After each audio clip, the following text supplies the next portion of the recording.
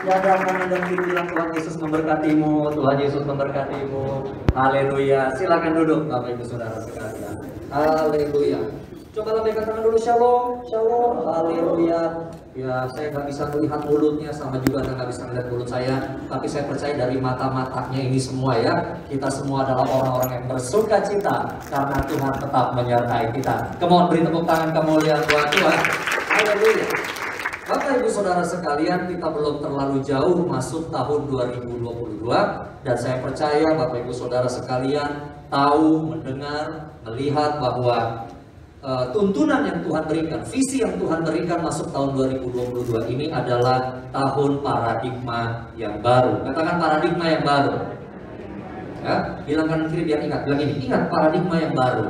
Ya, haleluya. Nah, saya menemukan seringkali waktu kita mendengarkan kata-kata visi, waktu kita melihat apa yang menjadi visi, kita ini suka membayangkan atau mengambil pengertian sendiri.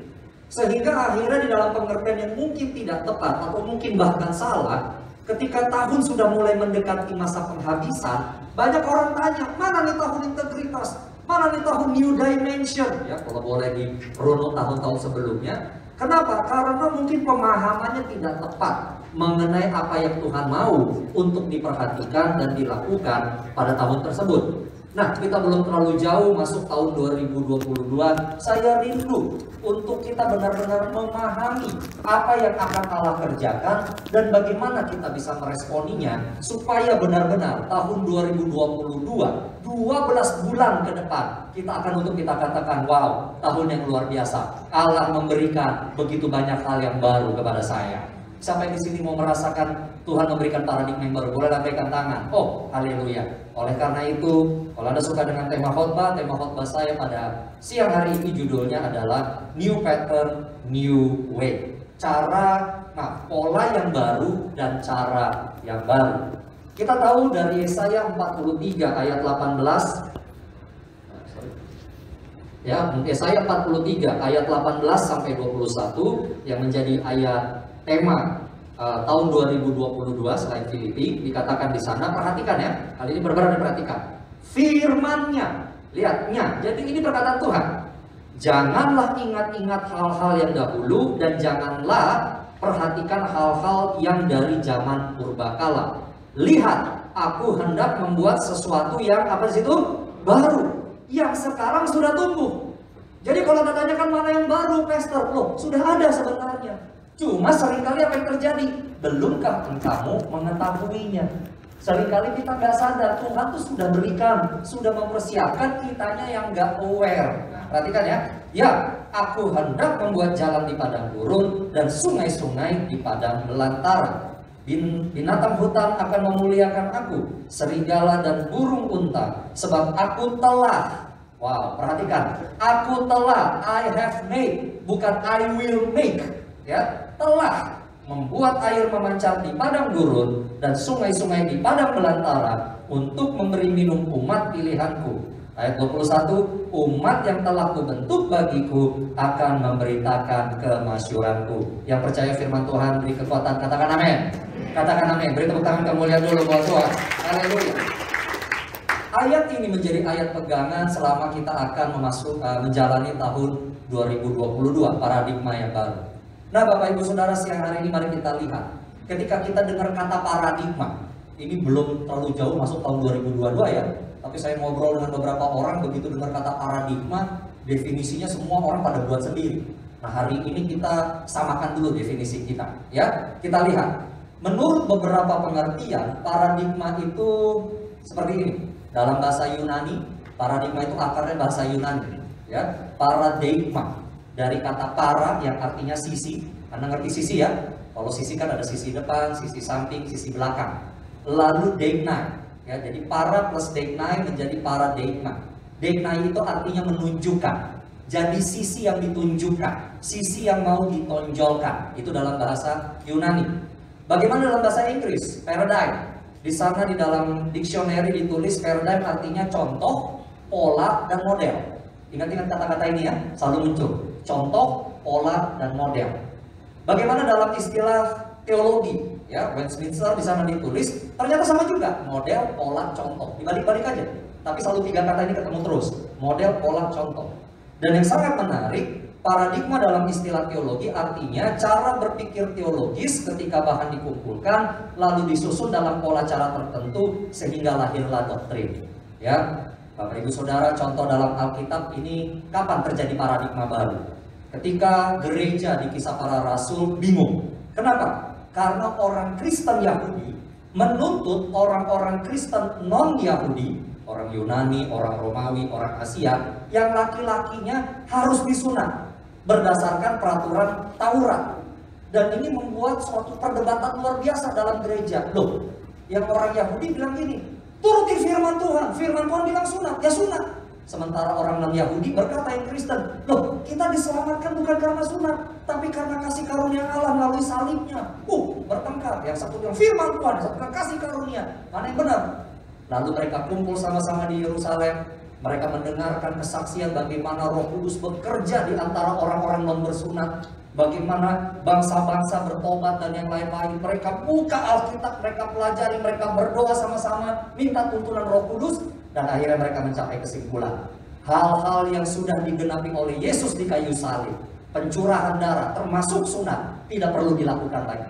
Pemberian korban bakaran tidak perlu lagi. Kenapa? Sudah digenapi oleh Tuhan Yesus. Artinya sebagian besar dari Taurat tidak perlu dilakukan lagi karena Yesus sudah genapi. Tetapi kepada gereja tetap diingatkan hukum moral, hukum kekudusan tetap berlaku. Dan oleh karena itu ketika keputusan ini diambil lalu disebarkan kepada gereja-gereja, gereja bersorak-sorai. Kenapa? Artinya genaplah seperti yang Tuhan mau. Keselamatan bukan hanya bagi orang-orang Yahudi, tapi kepada semua orang yang mengaku Yesus Kristus adalah Tuhan dan Juru Selamat. Hari ini kalau kita bisa beribadah kepada Tuhan, kenapa? Karena gereja melihat paradigma yang baru dan menjalankan paradigma itu. Come on, beri tepuk tangan kemuliaan dulu buat Tuhan. Haleluya. Ya. Nah, bagaimana dalam bahasa Indonesia? Ternyata paradigma ini bahasa Indonesia loh. Sudah diresmikan bahasa Indonesia. Dalam Kamus Besar Bahasa Indonesia KBPI dikatakan paradigma itu definisinya model. Tapi kemudian sangat menarik. Dalam bahasa Indonesia, paradigma juga artinya kerangka berpikir, cara pandang. Nah, ini yang saya suka temukan di antara jemaat. Pak, ini tahun paradigma yang baru kan? Berarti cara pandang kita harus berubah. Ya, cara pandang harus berubah. Tapi bukan cuma cara pandang. Bagaimana kalau seandainya tiba-tiba muncul pola yang baru dari Tuhan? Bagaimana kalau ternyata tiba-tiba Tuhan membuat sesuatu yang gak pernah kita lihat sebelumnya? Bagaimana kita meresponi akan hal tersebut? Jadi berbicara mengenai paradigma bukan cuma sekedar cara pandang, tetapi kita harus aware bahwa Allah yang kita sembah bisa membuat hal-hal yang baru buat kita. Setuju? Katakan amin. Jadi kesimpulannya adalah sebagai berikut. Ya, Anda lihat Tuhan itu buat pola, model, contoh. Katakan pola, model, contoh. Nah, pola, model, contohnya ini bukan cuma sekali, Bapak Ibu Saudara. Enggak. Tuhan akan buat berkali-kali. Nah, ini yang harus kita aware di tahun 2022. Ketika Tuhan berbicara, ketika Tuhan memberitahu kepada kita melalui tindakan berkali-kali, kita harus lihat, kok ini terjadi terus ya dalam hidup saya? Lagi-lagi ini, itu lagi itu. Ini ada apa? Jadi waktu Tuhan bikin sesuatu, Tuhan izinkan sesuatu, kitanya ini umat ya, kita sebagai anak Tuhan, kita harus lihat apa yang lagi Tuhan buat. Oh, saya lihat. Oke, saya terima artinya ini. Oke, artinya saya harus melakukannya.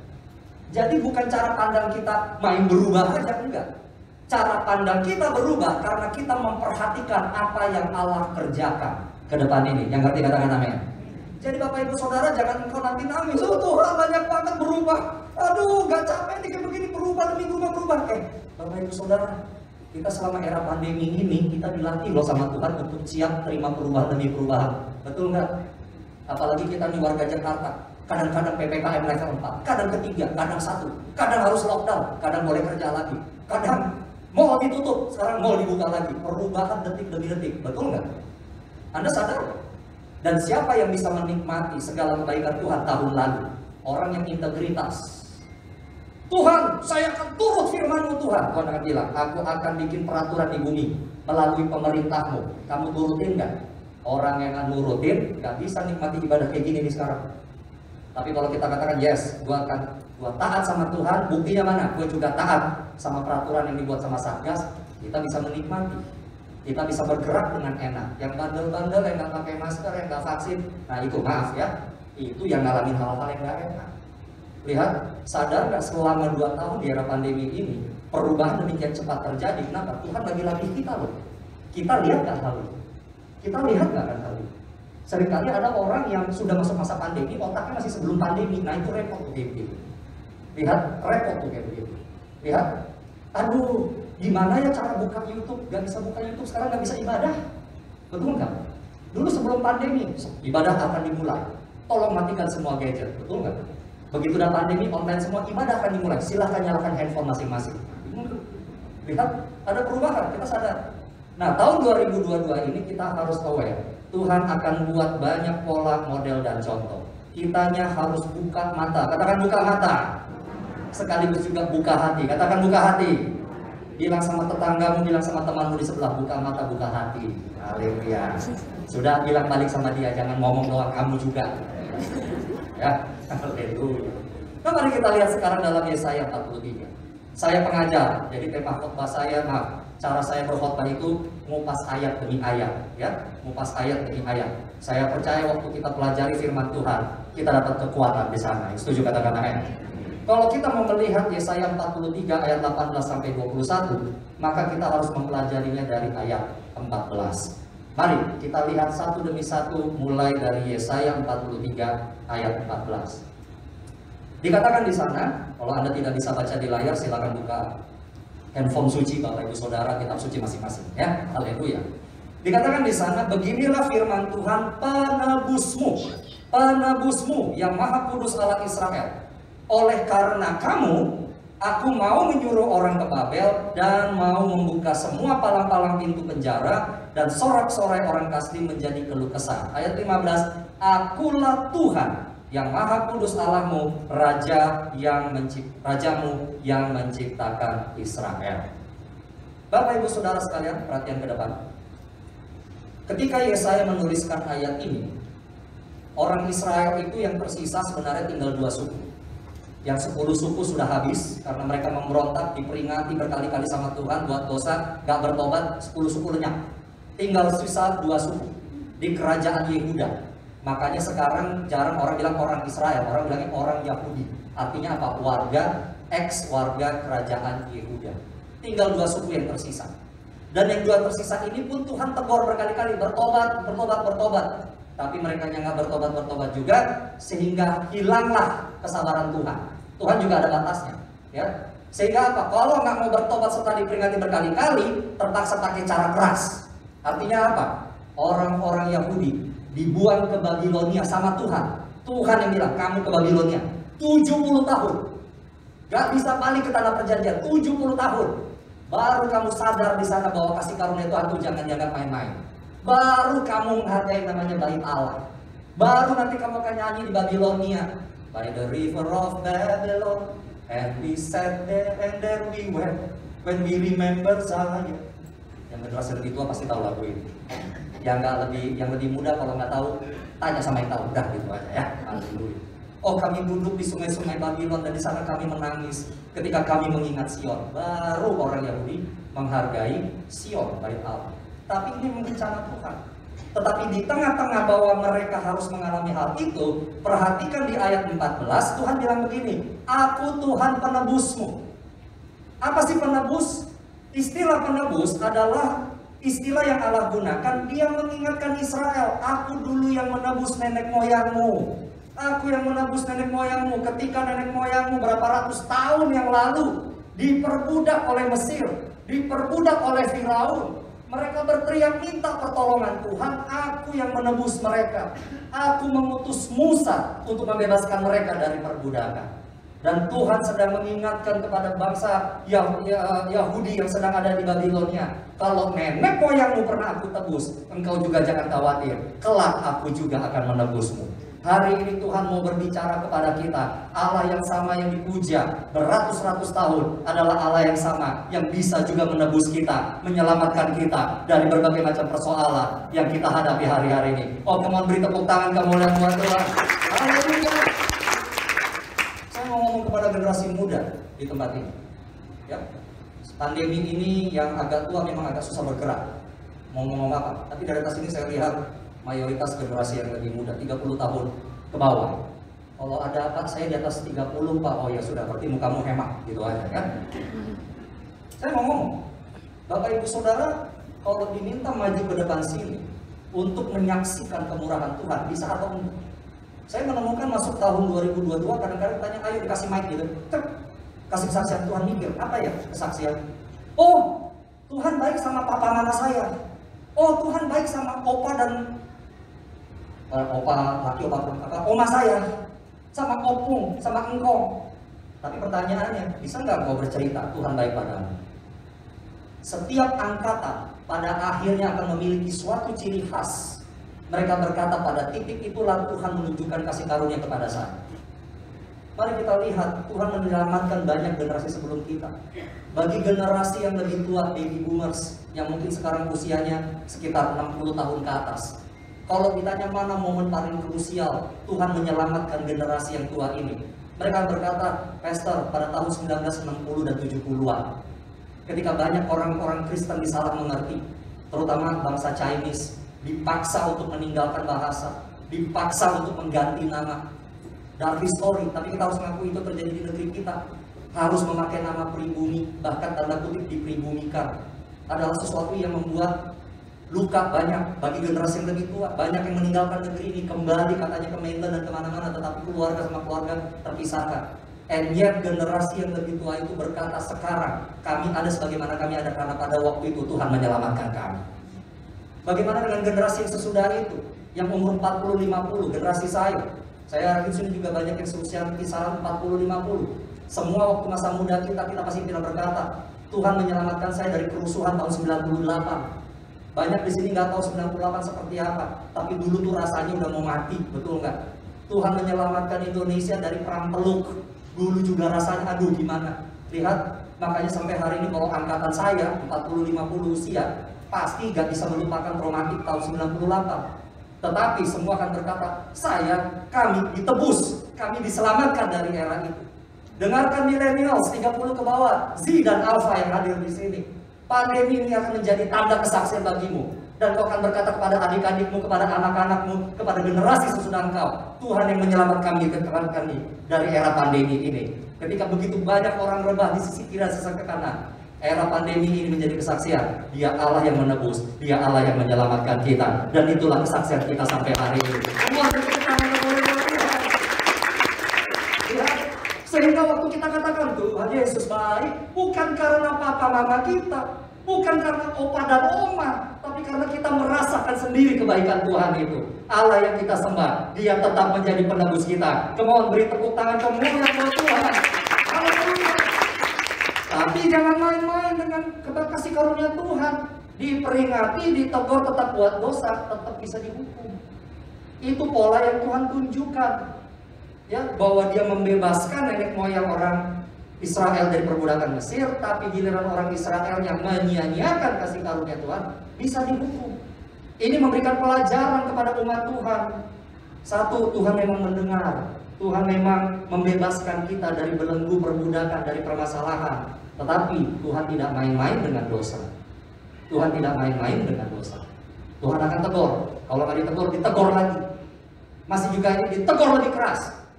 Masih nggak bisa tegur lebih keras, tindakan keras. Hati-hati.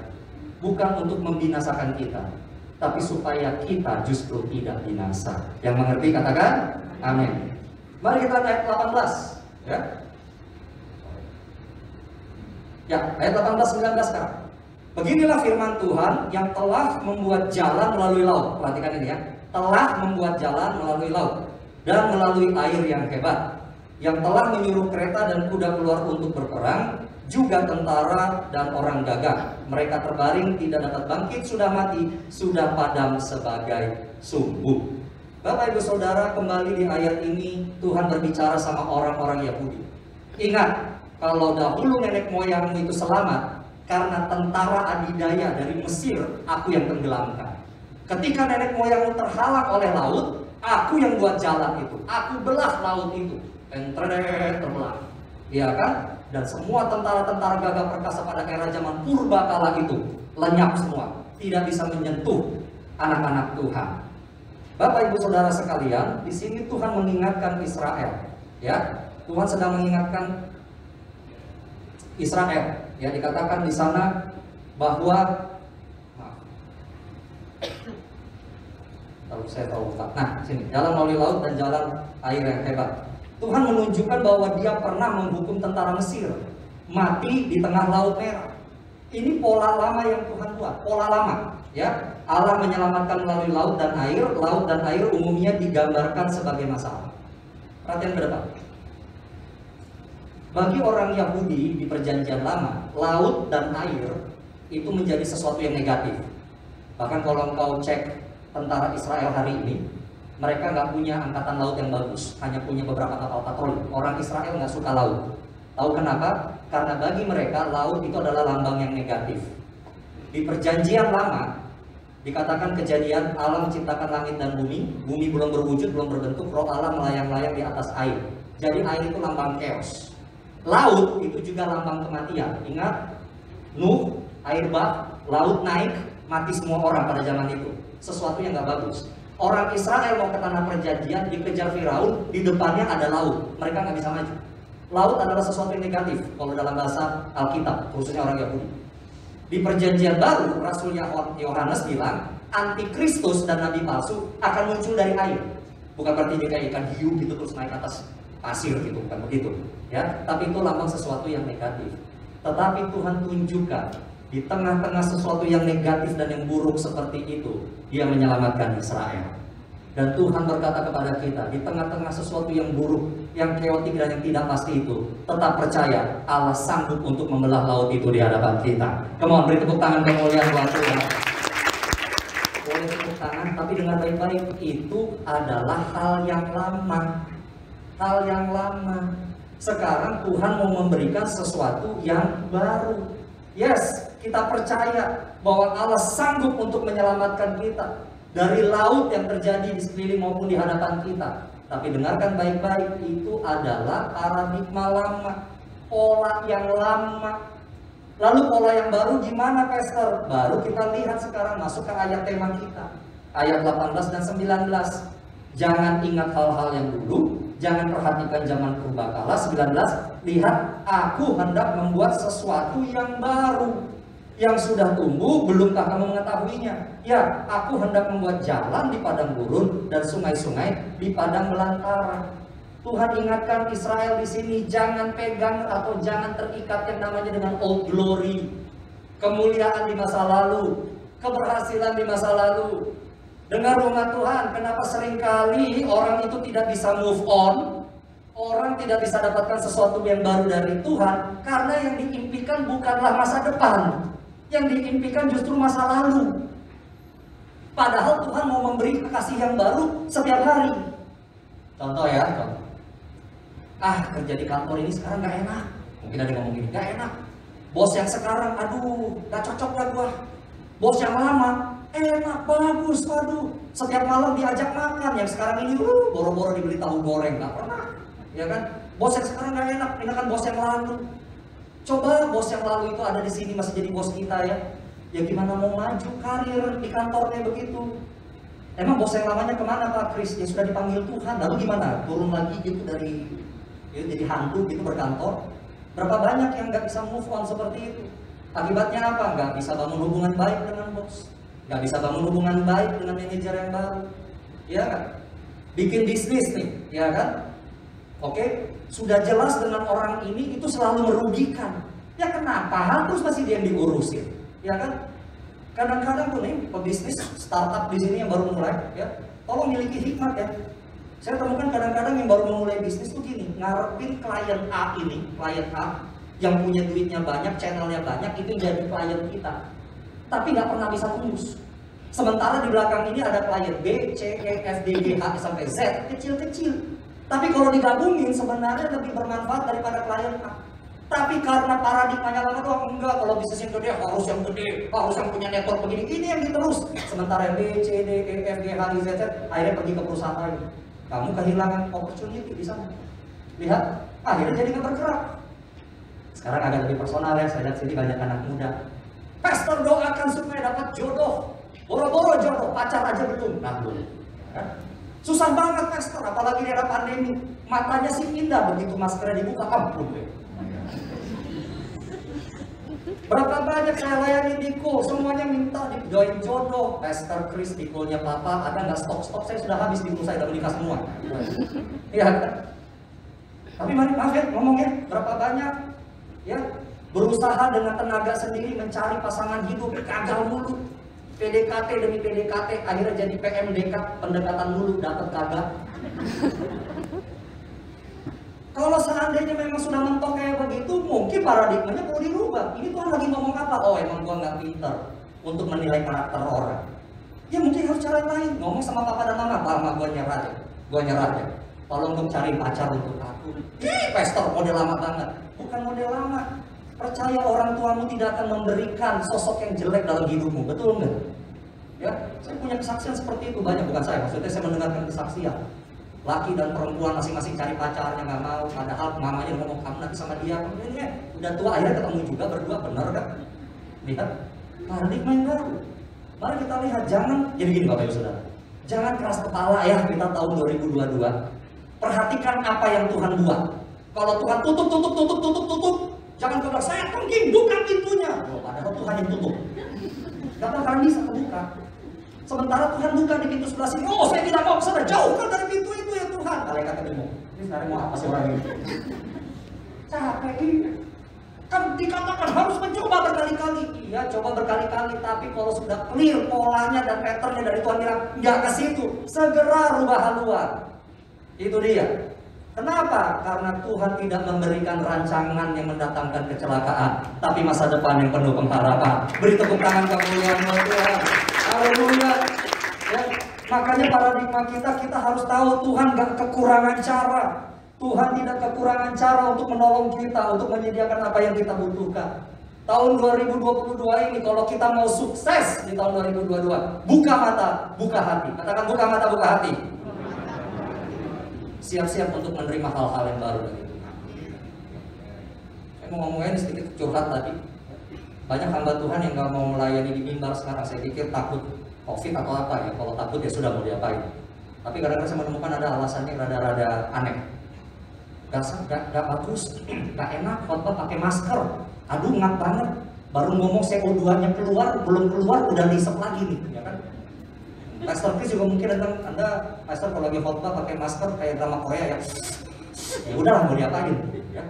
Oh saya sangat jealous dengan para worship leader dan singers, mereka bisa nyanyi nggak perlu narik, ini narik nafas mulut saya. Paling maksimum 30 menit, dulu 1,5 jam bisa khotbah, sekarang 30 menit aja udah. Ya kan? Tapi berapa hamba Tuhan teman saya bilang, aduh saya nggak mau khotbah dulu sampai nanti masker dicopot. Itu saya bilang, by the time maskermu dicopot, kependetaanmu juga copot nanti.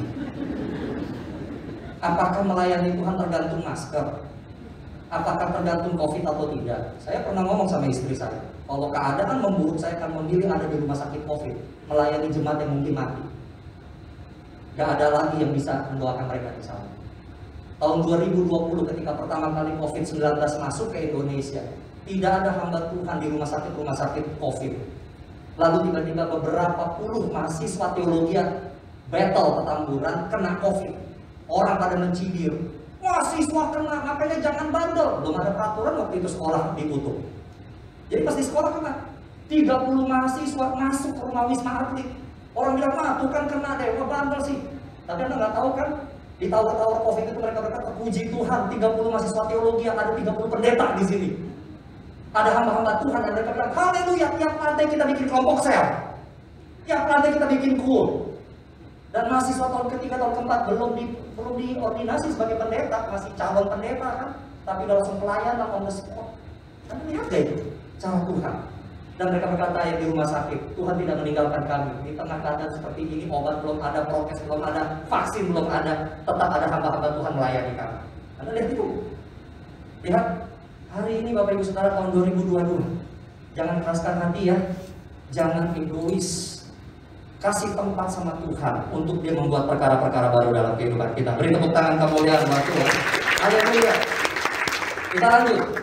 Ayat 20 dan 21 dikatakan di sana, binatang hutan akan memuliakan aku, serigala, burung unta, sebab aku telah membuat air memancar di padang gurun dan sungai-sungai di padang belantara untuk memberi minum umat pilihanku, umat yang telah kubentuk bagiku akan memberitakan kemasyuranku. Artinya apa? Ada pola yang Tuhan tunjukkan di sini. Sekalipun mungkin kita merasakan kita di padang belantara, dengarkan baik-baik, itu bukan tanpa tujuan. Supaya kita ketika selesai masa padang belantara itu, kita memberitakan kebaikan Tuhan. Yang mengerti katakan amin. Saya tidak tahu keadaanmu hari ini seperti apa. Saya tidak tahu keadaanmu seperti apa. Mungkin ada yang merasa di padang belantara. Dan bagi kita orang Indonesia, mendengarkan padang belantara, padang gurun adalah hal yang negatif. Tapi dengarkan baik-baik, di Alkitab padang belantara tidak pernah negatif. Padang belantara sekalipun mungkin membosankan, padang pemandangannya begitu-begitu aja, kehidupan begitu-begitu aja. Tapi padang belantara itu berbicara tentang Allah tetap menyediakan segala yang dibutuhkan untuk hidup di sana. Yang ngerti katakan amin. Lihatlah orang Israel dan Yohanes Pembaptis. Ketika mereka di padang belantara, mereka tidak perlu bercocok tanam, tapi mereka tetap bisa makan setiap hari. Mereka tidak perlu pergi ke akademi militer, tapi setiap kali diserang oleh musuh-musuh, mereka selalu mengalami kemenangan demi kemenangan. Bahkan orang Israel 40 tahun di padang belantara, nyuci bajunya cuma sekali aja. Ya, coba perhatikan di sana, baju mereka nggak pernah usang. Artinya apa? Warna nggak pudar, kagak robek-robek. Baju yang dipakai sejak bayi sampai umur 40 tahun melar dengan sendirinya. Dicuci mungkin cuma sekali pas keluar dari Mesir, tapi wangi dan semerbak untuk 40 tahun. Ada yang bisa nemuin deterjen tahan 40 tahun? Lihat, padang belantara sepertinya hal yang menyedihkan, rasanya membosankan. Tapi dengarkan baik-baik, kalau engkau sedang mengalami padang belantara, dengar baik-baik. Itu artinya Tuhan lagi mau menunjukkan kepadamu, Dia Allah yang setia, yang menjaga, merawat, membela, dan melindungimu. Beri tepuk tangan kemuliaan buat Tuhan. Air di sanalah memancar air yang kita butuhkan. So, Bapak Ibu Saudara sekalian, 3 hal kita rangkum sekarang. Apa yang harus kita lakukan untuk kita bisa menerima paradigma yang baru? Nomor 1, kita harus sadar bahwa pola dan cara yang baru itu nanti Tuhan yang kasih. Itu nanti Tuhan yang kasih. Pola yang mana Pak Kris? Kita harus perhatikan. Kenapa sih Tuhan gak bilang aja ini yang baru? Enggak. Cara Tuhan gak kayak gitu.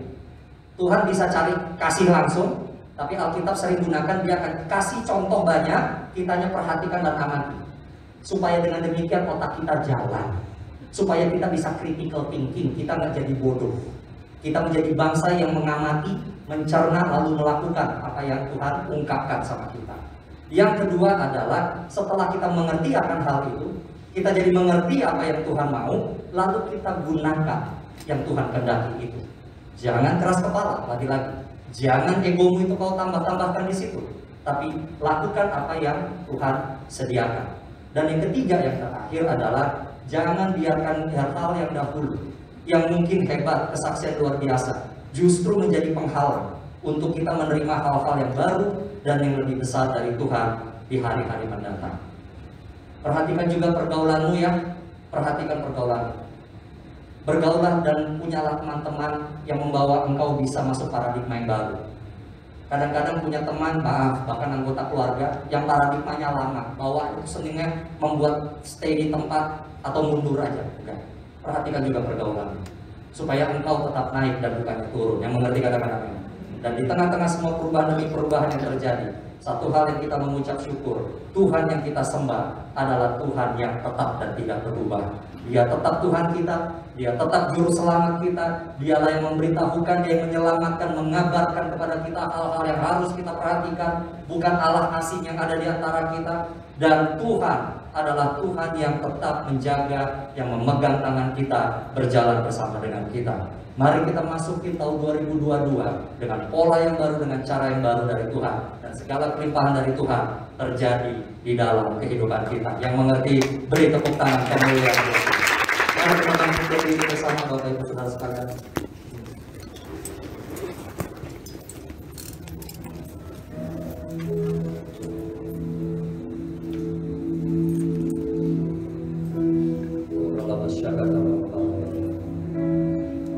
Ku percaya janjimu ajaib, terukir dalam kehidupanku. berserah di dalam kekuatanmu. Hanya Kau segalanya bagiku. Ku percaya janji-Mu ajaib, terukir dalam kehidupanku. Ku berserah di dalam kekuatanmu. Ku percaya di dalam kekuatanmu. Ku percaya.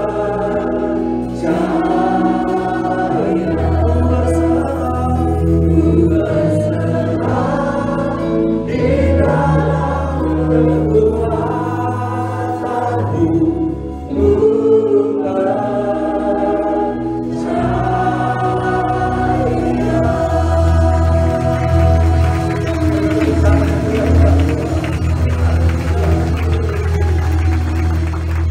Tuhan, kami percaya janji-Mu ya dan amin.